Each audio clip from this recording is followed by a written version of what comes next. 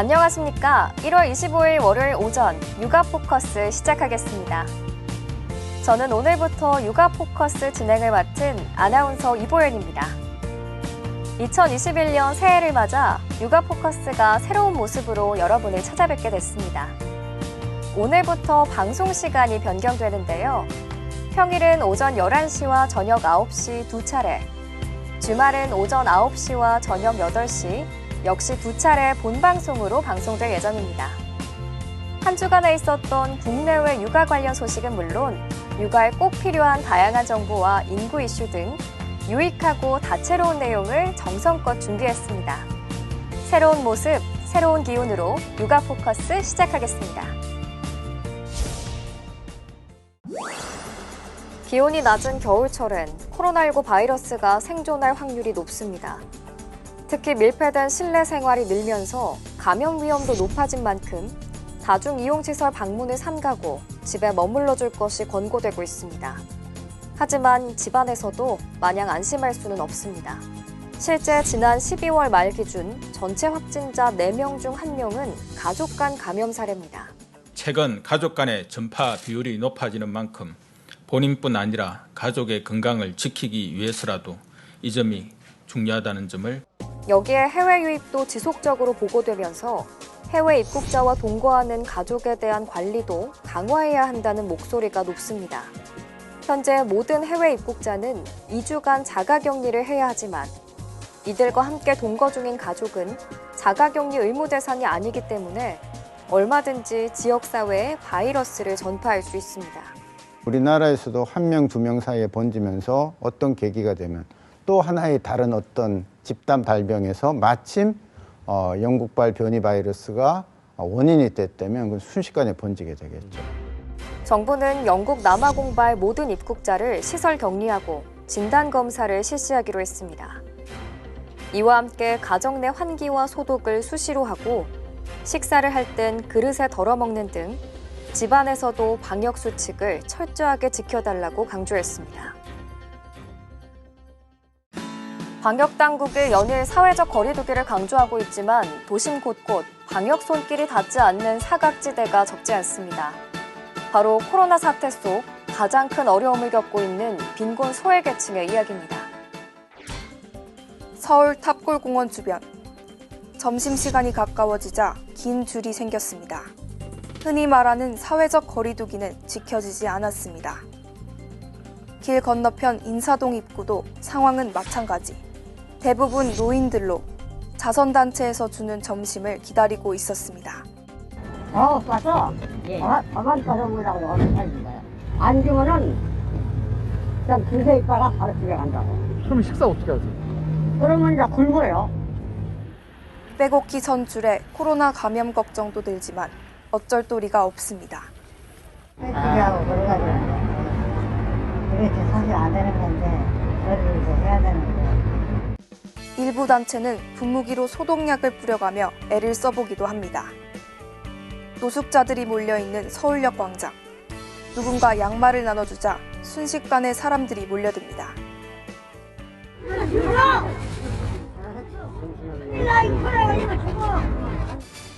경찰이 나타나고 나서야 상황은 마무리됩니다. 하지만 혹시 양말 한 켤레를 받을 수 있을까? 이내 경찰 뒤를 쫓습니다. 마스크 쓰기와 거리두기보다는 따뜻한 밥 한 끼가 절실한 이들. 철저한 방역 활동뿐 아니라 빈곤 소외계층에 대한 관심과 배려가 그 어느 때보다 필요한 이유입니다. 본격적인 졸업 시즌이 시작됐는데요. 코로나19 사태가 졸업식 풍경마저 바꾸고 있습니다. 비대면으로 하거나 학급별로 졸업식을 치르면서 올해는 예년처럼 떠들썩한 분위기를 찾아볼 수 없게 됐습니다. 광주의 한 초등학교입니다. 온라인 수업을 받던 6학년 학생들이 졸업식을 위해 오랜만에 학교에 나왔습니다. 졸업식은 예년과 달리 강당이나 운동장이 아닌 교실에서 진행됩니다. 학부모의 참석도 금지돼 축하 꽃다발을 건네는 모습은 완전히 사라졌습니다. 교장 선생님은 화면 너머로 마지막 인사를 전합니다. 작은 꼬마의 모습으로 1학년에 입학한 여러분의 모습이 6학년의 전 과정을 마치고 오늘 이렇게 졸업을 하게 되었습니다. 후배들도 학부모들도 미리 준비한 영상으로 작별 인사와 축하 인사를 대신합니다. 졸업을 진심으로 축하한다. 축하해. 친구들 항상 꿈을 향해 도전하는 멋진 친구들이 되길 바란다. 졸업식 후 점심은 짜장면 대신 학교 급식으로 대신했습니다. 친구들과 마음껏 뛰놀지 못한 게 못내 아쉽습니다. 학교도 많이 못 나오고 축구도 못하고 많이 그리고 코로나 없었을 때는 친구들이랑 막 놀고 쉬는 시간 때도 자유롭게 노는데 그거를 못한 점이 아쉬웠어요. 담임 선생님도 아쉬움이 많이 남습니다. 더 많이 보고 재밌는 활동 많이 하려고 했는데 코로나 상황 때문에 많이 못했던 게 되게 미안하고 아쉽고 그래도 중학교 가서도 친구들 선생님 잊지 말고 잘 지냈으면 좋겠다. 코로나로 인해 아예 온라인으로만 졸업식을 하는 학교도 있습니다. 졸업식 일정을 앞당겨 1월에 조기 졸업식을 하는 학교도 많아졌습니다. 코로나19가 장기화되면서 함께 모여 축하하거나 석별의 정을 나누는 졸업식 문화가 사라지고 있습니다. 코로나19가 일상을 빼앗아간 탓에 우울감을 호소하는 시민이 늘고 있습니다. 코로나 우울에 이어 분노와 절망을 뜻하는 신조어까지 생겼는데요. 그만큼 심리 방역의 중요성이 커지고 있습니다. 1년째 지속된 코로나19 사태, 코로나 우울은 상존하고 있습니다. 스트레스 풀 장소가 없고 그러다 보니까 나도 모르게 내가 왜 집에만 있지 이러다 보니까 나도 모르게 좀 약간 멘탈 붕괴 이런 거 좀 오지 않나 생각을 하고 있습니다.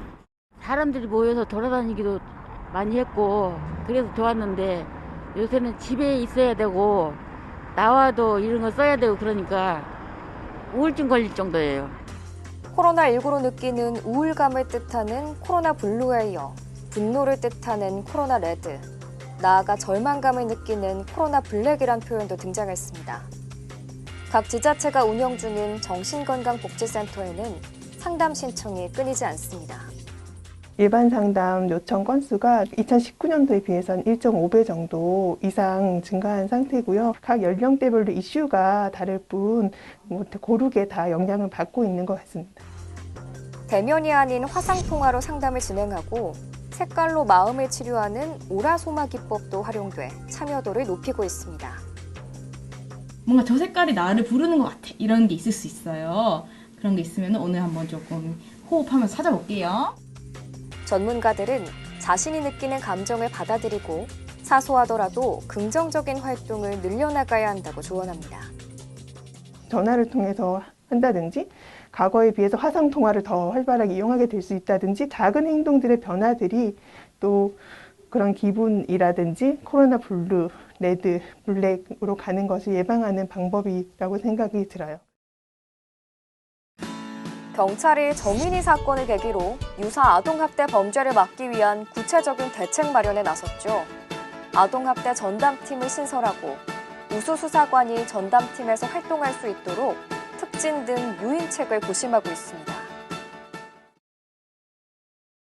어린 아이의 생명을 보호하지 못한 점에 대해 깊은 사죄의 말씀을 드립니다. 지난 6일 정인이 사건 부실 수사 문제와 관련해 대국민 사과를 한 경찰청장. 경찰이 마련 중인 후속 대책의 윤곽이 드러나고 있습니다. 우선 아동과 청소년, 여성까지 사회적 약자 범죄에 대해 국가, 자치, 수사, 경찰 전체를 아우르는 TF를 가동합니다. 또 시도 경찰청에 아동학대 전담팀을 설치합니다. 특히 기피보직으로 분류돼 주로 저연차 경찰관이 맡던 학대 예방 경찰관, APO와 관련한 경찰 조직 내 인식을 바꾸기 위한 대책도 마련하기로 했습니다. 경찰 고위 관계자는 특진을 포함해 관련 기능 역량 강화를 위한 조치를 마련 중이라며 역량을 갖춘 인력이 유입 선발될 수 있도록 할 것이라고 밝혔습니다. 경찰이 전방위 대책 마련에 나선 가운데 전문가들은 소송 등에 휘말리기 쉬운 학대 전담 경찰 보호장치 마련도 필요하다고 말합니다. 정당한 절차와 보호 집행을 하는 데 대해서는 그 결과 여부를 막론하고 국가와 특히 경찰 조직이 든든한 버팀목이 되어줄 수 있거나 보호할 수 있다는 그런 어떤 자긍심을 가질 때 모든 경찰관이 매사에 적극적으로. 경찰은 또 아동 외 청소년과 여성 등 사회적 약자 보호를 위한 여성 청소년 수사대 등도 신설할 방침입니다.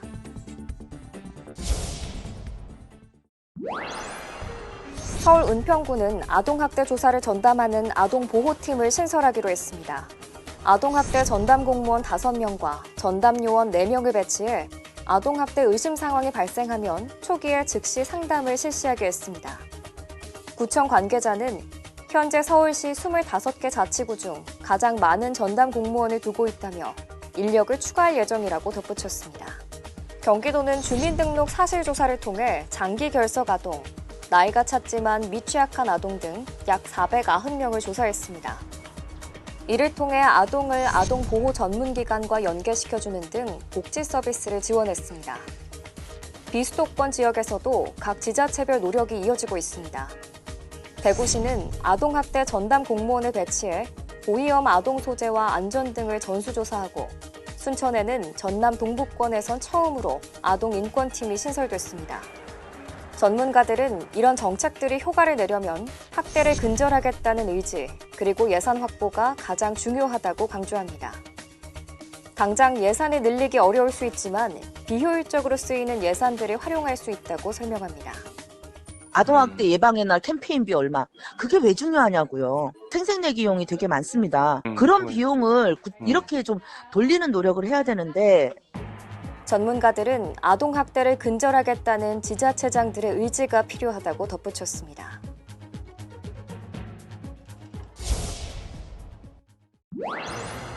지난해 아동 청소년 관련 취업 제한 기관에 성범죄자 80명이 직원으로 근무하거나 기관을 운영해오다 적발됐습니다.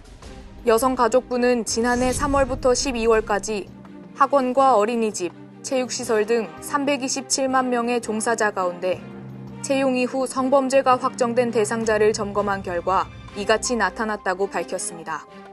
80명 가운데 51명의 기관 직원은 해임되고 나머지 29명의 운영자는 기관 폐쇄 등 조치가 내려집니다. 정부는 적발된 기관의 명칭이나 주소 등 정보를 이번 달부터 성범죄자 알림이에 3개월간 공개할 계획입니다.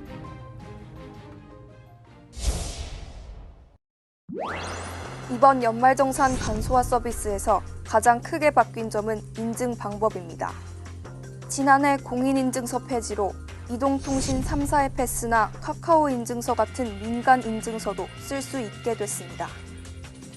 다만 민간 인증서는 PC에서만 쓸 수 있고 홈택스 모바일 앱을 이용하려면 올해는 여전히 구공인인증서인 공동인증서를 써야 합니다. 카드 소득 공제가 대폭 확대돼 환급액 기대도 커졌습니다. 지난해 3월 사용한 신용 및 체크카드의 공제율이 2배로 늘었고 4월에서 7월 사용액도 카드 종류에 관계없이 공제율 80%가 적용됩니다. 지난해 총급여 5천만 원에 신용카드 사용액이 2천만 원이라면 급여의 25%를 뺀 750만 원에 대해 소득공제액이 대폭 늘어나는 겁니다. 코로나19로 인해서 소비가 많이 위축되어 있었는데 온라인 위주로 소비가 많이 늘어났을 것이고 또 신용카드 소득공제에 의해서 혜택을 받으시는 분들이 늘어날 것으로 예상이 됩니다. 공제 항목과 범위도 늘었습니다. 지난해 지급됐던 긴급재난지원금 기부금은 수령액만큼 법정기부금으로 분류돼 새해 공제됩니다. 배우자 출산휴가급여도 비과세되고 벤처기업 스톡옵션 행사이익 비과세 한도는 3천만 원으로 늘었습니다.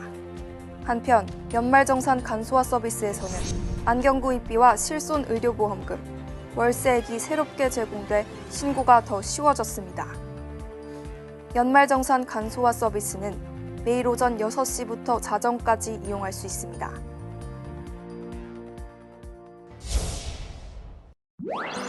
다음은 육아에 관한 다양한 궁금증을 묻고 답하는 알쏭달쏭 육아 상식입니다. 임신과 출산, 육아 전반에 대해 가졌던 알쏭달쏭하고 애매모호한 궁금증을 명쾌하게 풀어드립니다. 오늘은 첫 시간으로 산모에게 좋은 음식과 나쁜 음식에 대해 알아보겠습니다.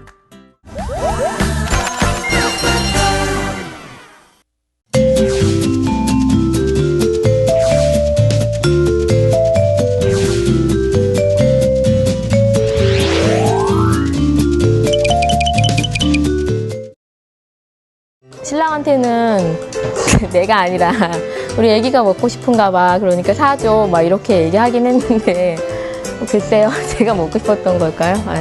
아마 아기가 먹고 싶었던 게 아닐지. 제가 먹고 싶었던 것 같은데요. 왜 그렇게 생각했어요? 크게 임신 전에서부터 원래 고기랑 회 종류를 좋아했었거든요. 임신하고도 크게 바뀐 건 없었어요, 특별히. 원래 과일 그렇게 좋아하는 것도 아니었고 많이 먹지도 않았으니까. 근데 임신하고서는 그랬으니까 뭐 아기가 먹고 싶었던 거 하니까요. 그 임산부가 어떤 것을 먹고 싶어 할 때 그것이 그 산모가 먹고 싶어 하는 거냐 아니면 태아가 먹고 싶어 하는 거냐 질문이 있었습니다. 근데 거기에 대한 정답은 둘 다가 맞습니다. 왜 그러냐면 사실은 산모들이 먹고 싶어 하는 음식들 중에는 시고 찬 음식을 먹고 싶어 하는데요. 그 이유는 사실은 호르몬 때문에 그렇습니다. 산모들은 이제 에스트로겐이라는 호르몬들이 많이 증가하기 때문에요. 그거로 인해서 입맛이나 이런 것들이 변하게 되는 거거든요. 또 하나 그 음식을 또 많이 먹게 되고 또 특정한 음식을 찾는 이유 중에 하나는 태아의 건강에 그리고 성장과 발달에 도움이 되는 음식이 태아한테 넘어가야 되기 때문에 그것을 보충하기 위한 음식을 또 먹어야 되는 거죠. 그런 의미에서는 산모들이 먹는 음식은 태아와 산모한테 모두 중요한 음식이라고 볼 수가 있습니다.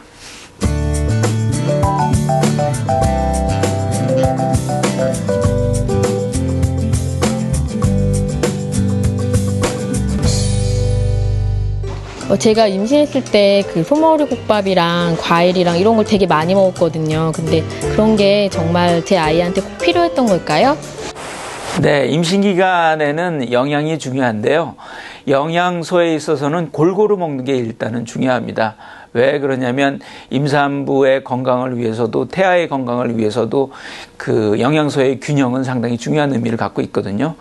그 중에서도 또 특히 이제 중요한 것 중에 하나는 아이 성장과 또 이런 발달에 중요한 칼슘이나 단백질이 풍부한 우유나 유제품은 꼭 필요한 음식이 되겠고요. 또 필요한 음식 중에 하나는 두뇌 발달에 좋은 DHA나 이런 것들이 들어있는 등푸른 생선이나 이런 생선류가 도움이 될 수가 있습니다. 또 아이가 활력이 있고 또 엄마도 또 기분도 좋고 그래야 되기 때문에 그러려면은 사실은 비타민 B나 C가 들어있는 음식들이 상당히 도움이 되거든요. 그런 의미에서는 과일과 야채도 풍부하게 먹는 것이 좋습니다. 또 하나 아이 성장에 있어서는 단백질이 우선이 되겠습니다. 그러려면 지방이 많지 않은 살코기는 필수적으로 먹어야 될 음식이라고 볼 수가 있습니다. 그러면 이제 피해야 될 음식도 있을 텐데요. 피해야 할 음식은 어떻든 간에 아이의 자연 상태를 억제할 수 있고 또 자연적인 것을 방해할 수 있는 음식들은 별로 좋지가 않습니다. 그래서 예를 들어서 튀김 음식과 같은 이제 포화 지방산이 많은 음식이라든지 또 너무 기름진 음식이라든지 또 인스턴트나 패스트푸드 음식과 같은 것은 아이 성장에는 별로 도움을 주지 않기 때문에 이런 것들은 피해야 되죠.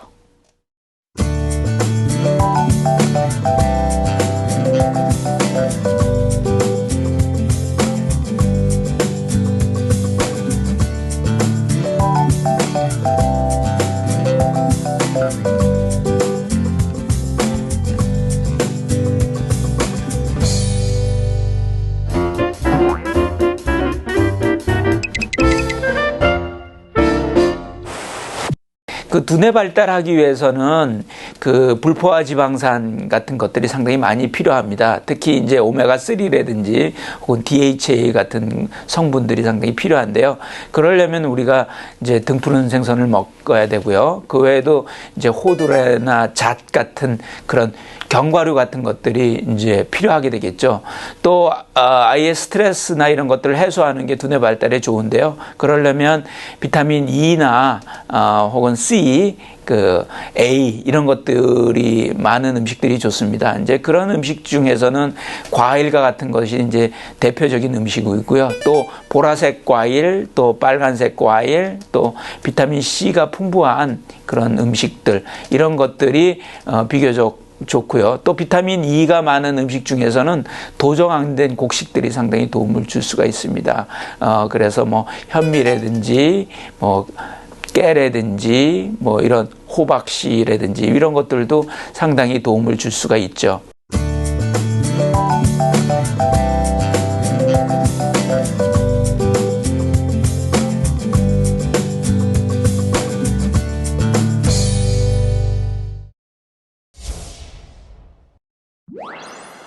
다음은 새롭게 개편한 육아포커스가 마련한 새로운 코너 인구 이슈입니다. 인구보건복지협회에서 매주 제공하는 우리나라 인구에 관한 각종 통계부터 정부와 지자체의 다양한 인구 정책 등을 소개하는 코너인데요. 날로 심각해지는 인구 문제에 대한 경각심을 일깨우고 저출산 문제 해법을 찾기 위해 함께 고민하고 함께 노력해보자는 의도로 기획됐습니다. 오늘 인구 이슈 첫 시간 어떤 이슈가 기다리고 있는지 함께 만나러 가보시죠.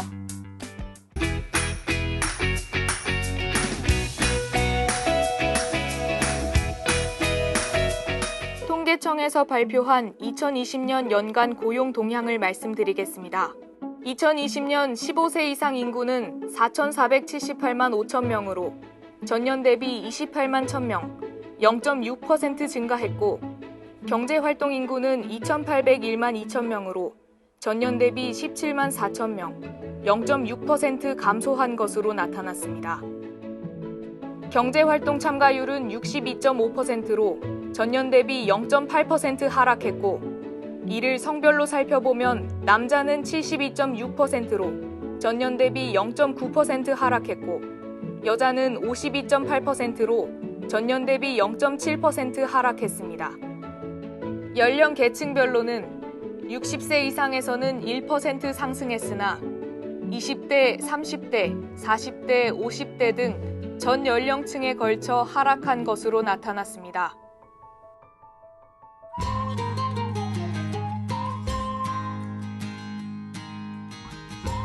보건복지부 소식입니다. 올해 1월부터 노인, 한부모 수급권자 가구에 대한 기초생활보장제도 생계급여 부양 의무자 기준이 폐지돼 본인의 소득 및 재산이 기준을 충족하는 경우 생계급여를 지원받을 수 있게 됐습니다. 다음은 여성가족부 소식입니다. 비양육 부모의 양육비 이행 책임성을 높이기 위해 정당한 사유 없이 양육비를 지급하지 않는 경우 명단 공개, 출국 금지, 형사처벌 등이 가능한 내용을 담은 양육비 이행 확보 및 지원에 관한 법률 일부 개정 법률 공포안이 국무회의 의결을 거쳐 오는 7월부터 시행된다고 밝혔습니다. 다음은 여수시 소식입니다. 여수시는 올해 659억 원 예산을 투입해 아이 키우기 좋은 환경 조성을 위해 학부모 보육 비용 경감과 보육 서비스 질 향상에 주력할 계획입니다. 인천광역시는 2021년도 힘내라 청년 젊은 도시 인천 청년 기살리기 사업에 박차를 가할 계획입니다. 인천의 2022년 3분기 청년 고용률은 46.9%로 전국 1위를 차지했고 2017년 4분기부터 12분기 연속으로 전국 특별시, 광역시를 통틀어 1위를 달성한 도시로서 지난해 수립된 인천시 청년정책 기본계획에 따라 청년들의 삶에 대한 포괄적 지원 사업을 추진할 계획입니다.